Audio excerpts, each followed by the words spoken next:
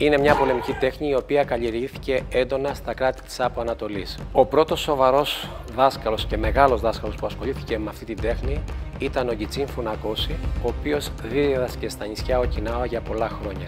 Για πρώτη φορά στην Ελλάδα, το 1957, οι υπάλληλοι της Αγγλικής Πρεσβείας δείχνουν τεχνικές του καράτε στην Ελλάδα. Στη δεκαετία του 60 κάνουν την εμφάνισή τους για πρώτη φορά στην Ελλάδα δύο πολύ μεγάλοι δάσκαλοι Ιαπωνέζοι, ο Σενσέι Νισιμούρα και ο Σενσέι Οτάκε. Η προσωπική μου ιστορία ξεκινάει από το 1960. Πρώτος μου μεγάλος δάσκαλος υπήρξε ο Σενσέι Νισιμούρα. Τον σέβομαι, εκτιμώ τον τρόπο που με δίδαξε και κρατώ τις αρχές του. Από το 1980 ίδρυσα στη Νέα Πέραμο Αττικής ένα παραδοσιακό ντόζο και από τότε μέχρι σήμερα διδάσκω ανελιπώς τους μαθητές μου.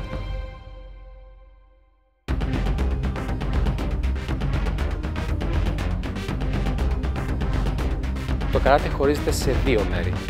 Το ένα είναι το αθλητικό καράτε και το άλλο είναι η μαχητική τέχνη. Το αθλητικό καράτε ξεκινάει από την εκγύμναση του μαθητή και η ενασχόλησή του απλά με τεχνικές όταν δεν έχει επαφή με τον αντίπαλο. Από τη στιγμή που θα έρθουμε σε επαφή με τον αντίπαλο, τότε ξεκινάει η μαχητική τέχνη.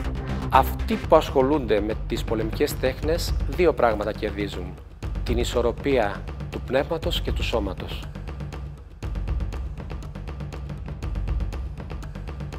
Δεν υπάρχουν, θα έλεγα, όρια ηλικίας προς τα πάνω. Θα έβαζα μόνο όριο ηλικίας τα 4 χρόνια του παιδιού. Συνεπώς, ένα παιδί της ηλικίας των 4 χρόνων μπορεί να έρθει στο ντότζο και σιγά σιγά να αρχίζει, βλέποντας τις εικόνες και επαναλαμβάνοντας εμείς συνέχεια αυτές τις τεχνικές, να μπορεί να εντυπωθούν στο μυαλό του και να γίνουν κτήμα του.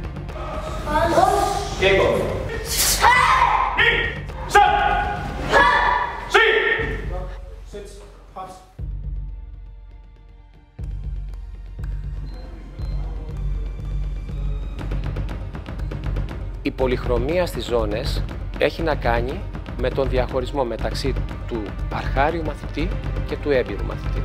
Αλλά η προσωπική μου άποψη είναι ότι η ζώνη θα πρέπει να δίδεται στο μαθητή θέλοντας να επιβραβεύσουμε τον ιδρώτα που καταβάλει μέσα στον ντότζο.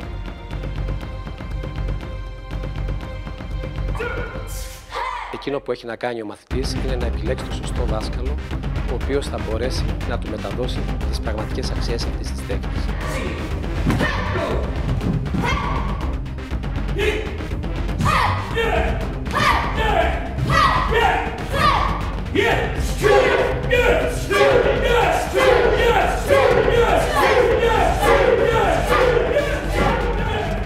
Ο μαθητής, μπαίνοντας στη σχολή, αφού κάνει ένα πολύ δυνατό ζέσταμα, ξεκινάει να μαθαίνει τις τεχνικές μία-μία.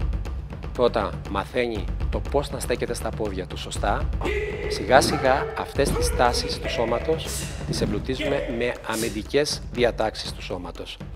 Αργότερα μπαίνουν στη μέση και τα χτυπήματα τα οποία δίνονται με πόδια και με χέρια.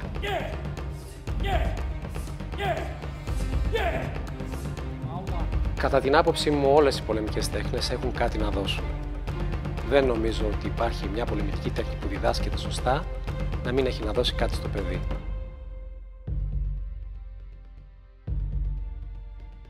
Η εμπειρία μου των 50 χρόνων στην τέχνη αυτή μου δίνει το δικαίωμα να πιστεύω ότι μπορώ να δώσω αυτή τη τέχνη και ό,τι άλλο χρειάζεται ένα παιδί με τον καλύτερο δυνατό τρόπο.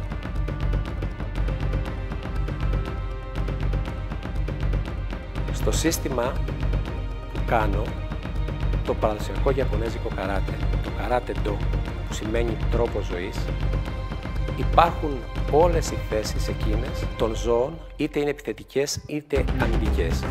Παραδείγματος χάρη, η Zen Kuchudachi είναι η στάση του λιονταριού. Είναι τη στιγμή που το λιοντάρι ετοιμάζεται να επιτεθεί.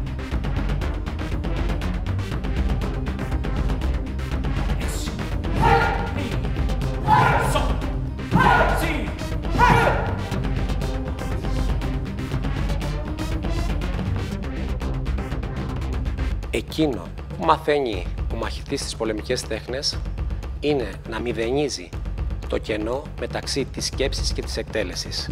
Αυτόματα αυτό σημαίνει ότι σε μια πολύ δύσκολη στιγμή θα μπορέσει να αντιδράσει πολύ πιο αποτελεσματικά από έναν τυχαίο άνθρωπο.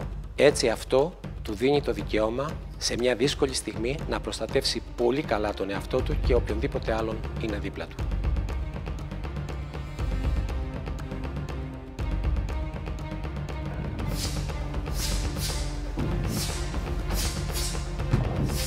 Εκείνο το οποίο έχει μεγάλη σημασία είναι η επανάληψη.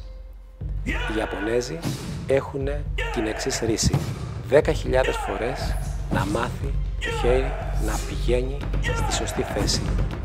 10.000 φορές να μάθει το χέρι να βγαίνει από τη σωστή θέση. 10.000 φορές να μάθει να αγγίζει το στόχο. 10.000 φορές να μάθει να χτυπάει το στόχο. Και 1.000.000 φορές να μάθει να εξομοιεί το στόχο.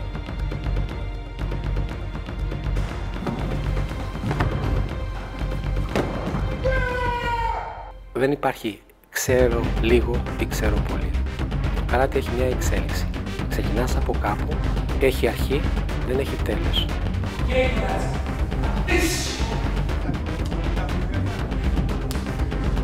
Το καράτε είναι τρόπος ζωής. Το καράτε είναι τρόπος να μάθεις να ζεις.